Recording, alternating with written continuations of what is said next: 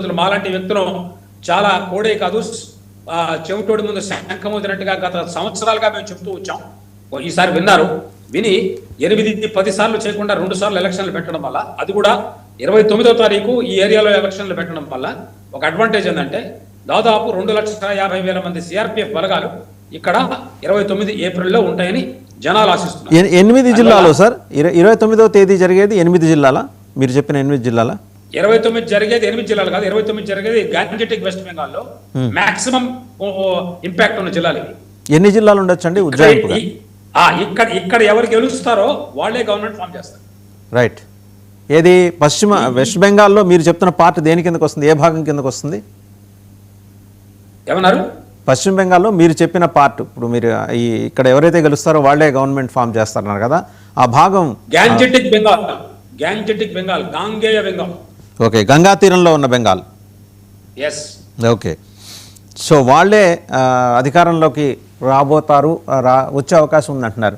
ఇప్పటి వరకు వచ్చిన ఎవరైతే గాంజెటిక్ బెంగాల్ అంటే ఇప్పుడు గంగా 2 పాయలుగా విడిపోతుంది. ఒకటి మాల్దా ముర్షిదాబాద్ సైడ్ పెడుతుంది ఒక గంగా, భాగీరథి అంటారు. ఇంకోటి హుగ్లీ, దాని పేరు మీద జిల్లా కూడా ఉంది, హుగ్లీ జిల్లాని. హుగ్లీ, హౌడా, చోషిపాడ నార్త్, సౌత్, కలకటా మీదుగా వెళ్ళి మన గంగా సాగర్ తారంలో అక్కడ మన సుందర్బన్స్ ద్వారా వెళ్ళిపోతుంది. పాయలుగా ఉంటుంది, వందలు వేలు పాయలుగా వెళ్ళిపోయి బంగాసాగర్లో వెస్ట్ బెంగాల్, బే ఆఫ్ బెంగాల్లో అది నిలుస్తుంది. Bengal is the only state which is named after a sea. Understand this. Bay of Bengal, అక్కడ ఉండే సీని ఈ స్టేట్ తోటి పెట్టారు పేరు, అరేబియా సీ అలాగా. సో ఆ పేర్లు అనేవి కూడా జస్ట్ లైక్ యాదృచ్ఛికంగా వచ్చినవి కావు. అవి మనకు ఒక ఇంటిమేషన్ ఇస్తున్నాయి, అవి మనకు ఒక ఇన్ఫర్మేషన్ ఇస్తున్నాయి. చాలా జాగ్రత్తగా ఉండాలి రా మీరని. ఎప్పుడైతే ఈ జాగ్రత్తను మనం వదిలేసామో అప్పుడు చాలా సఫర్ అయ్యాం మనం.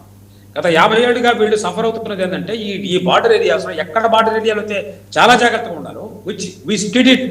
మన వాళ్ళు పంజాబ్లో చేశారు, ఎందుకంటే పంజాబ్లో మనకు 80s విపరీతమైనటువంటి గొడవ జరిగింది. అస్సాంలో కూడా చేశారు, ఎందుకంటే అస్సాంలో కూడా గొడవ జరిగింది. ఇక్కడ వేరే రకాల గొడవలు జరిగినాయి, లోపల జరిగినాయి. ఇది వచ్చేసి మోస్ట్ డేంజరస్ దాన్ దట్. అది ఎక్స్టర్నల్ అటాక్, అది ఇన్సరెక్షన్ అంటారు దాన్ని, దీన్ని ఇన్సర్జెన్సీ అంటారు. నాకు తెలుగులో ఈ రెండింటికి సంబంధించిన వర్డ్స్ నాకు తెలియదు, అందుకే నేను ఇంగ్లీష్ వర్డ్స్ ఉపయోగిస్తున్నా.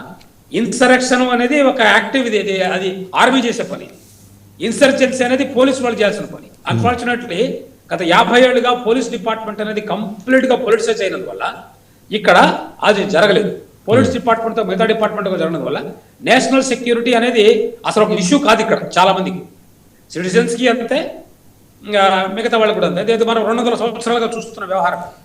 సార్, ఒక సీనియర్ పోలీస్ ఆఫీసర్గా డాక్టర్ రమేష్ గారు, సీనియర్ పోలీస్ ఆఫీసర్గా మీరు అక్కడ డీజీపీగా కూడా బాధ్యతలు నిర్వర్తించారు. అక్కడే కాదు, దేశంలోని అతి సున్నితమైన సమస్యాత్మక ప్రాంతాల్లో మీరు విధులు నిర్వర్తించారు. బట్ మీ last assignment was with West Bengal. అక్కడ మీరు గమనించినట్టయితే దాదాపు 8 నెలల క్రితం హిందూ వాహిని అని చెప్పి బంగ్లాదేశ్ నుంచి ఉన్న ఒక పోర్టల్లో ఒక వీడియో వచ్చింది.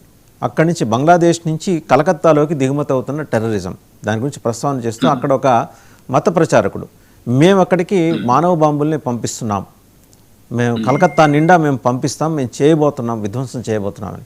మరి అది ప్రకటన వచ్చి 8 నెలలైంది. ప్రభుత్వం ఏం చేస్తుంది? ఇక్కడ నేను మళ్ళీ చెప్తున్నాను, పట్టుకున్నారు కొంతమంది ఎన్ఐఏ వాళ్ళు, పట్టుకున్నారు, అరెస్ట్ చేశారు. మొన్న ఈ మధ్య కూడా ఐఎస్ఐ సపోర్టెడ్ పాకిస్తాన్ టెర్రరిస్ట్ని కొంతమంది బంగ్లాదేశ్ వాళ్ళని పట్టుకున్నారు. ఎన్ఐఏ తన పని తాను చేసుకుంటుంది.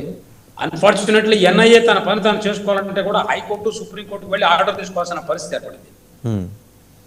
ఓకే. మరొకటి, ఇక్కడ ఉండే పోలీస్ అధికారులు వీళ్ళు ఎంత ఏ రకంగా ఇలాంటి చర్యలకి సరిగ్గా వాళ్ళు కోఆపరేషన్ చేయట్లేదు అన్నది ప్రజల్లో ఒక క్వశ్చన్. ఏంటంటే నాది క్వశ్చన్ కాదు, ప్రజలు చెప్తున్న మాట చెప్తున్నాను మీకు.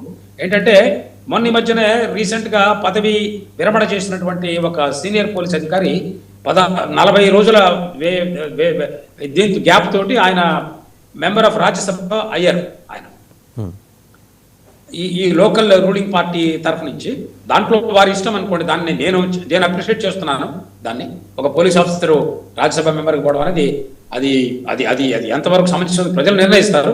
కానీ నేను అనేది ఏంటంటే వారికి నేను చేసే అప్పీల్ ఏంటంటే, ఇప్పుడు రాజ్యసభ ఎంపీగా వారు అయ్యా మీరు ఏం చేసినా ఇప్పుడు మీరు ఒక సిటిజన్ కదా, మీరు ఇండియన్ పోలీస్ సర్వీస్ ఆఫీసర్ కదా, మీరు దాన్ని కొంచెం గుర్తుపెట్టుకొని దేశం యొక్క కంగ్రెట్ గురించి మీరు అక్కడ రాజ్యసభకి వెళ్ళిన తర్వాత మీరు అప్పీల్ చేస్తారని భావిస్తున్నాను నేను. రైట్. ఇంకొకటి అండి, మొత్తం అదే రోజున మరొక మన తెలంగాణ చెందినటువంటి ఒక అడ్వకేట్, లేడీ అడ్వకేట్ని కూడా రాజ్యసభ ఎంపీకి పంపించారు. ఇంతకుముందు మీరు అడిగారు అభయ అని మర్డర్ జరిగింది ఆగస్టులో. ఆ అభయ మర్డర్ కేసులో పోలీసు వాళ్ళు చేసినటువంటి కొన్ని పనులని రక్షించడం జరిగింది సుప్రీంకోర్టులో. ఈ అడ్వకేట్స్ ద్వారా రక్షించడానికి ప్రయత్నం జరిగింది. ఇంకా అది సఫలీకృతం కాలేదు అనుకోండి, కానీ ఆ ప్రయత్నం జరిగింది. అంటే మీరు రాజ్యసభ ఎంపీలుగా పనిచేస్తున్నటువంటి మన పాత్రికేయురి ఒక ఆయన ఉన్నారు, రాజ్యదేవ్ సర్దేశాయ్ గారిని, వారి ధర్మపత్ని వారు కూడా ఇంతకుముందు రాజ్యసభ ఎంపీగా వెళ్ళారు.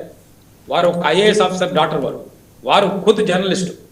సో ఇట్లాగా ఎవరి ఛాయిస్లు వాడుకుంటే ఎవరిని రాజ్యసభ పంపిస్తారనేది కంప్లీట్గా డెమోక్రాటిక్ ఛాయిస్ నేను అనట్లేదు. కానీ ఇందుట్లో మాత్రం ఒక డిజైన్ మాత్రం మీకు నాకు అందరికి కూడా కనిపిస్తున్నది. అదేంటంటే రాబోయే రెస్పాన్సిబుల్ చర్యలకి మనం ఏ రకంగా ప్రిపేర్ కావాలనేది వీళ్ళు ప్రిపేర్ అవుతున్నట్టుగా కనిపిస్తుంది. అంటే ఎవరైతే దేశం యొక్క సమగ్రతని అఖండతని రక్షించాలనుకుంటున్నారో వాళ్ళు కనుక ఇలాంటి ఇన్పుట్స్ని నెగ్లెక్ట్ చేస్తే ఒక గడ్డపారతోటి వాళ్ళ యొక్క సమాధిని వాళ్ళు తొవ్వు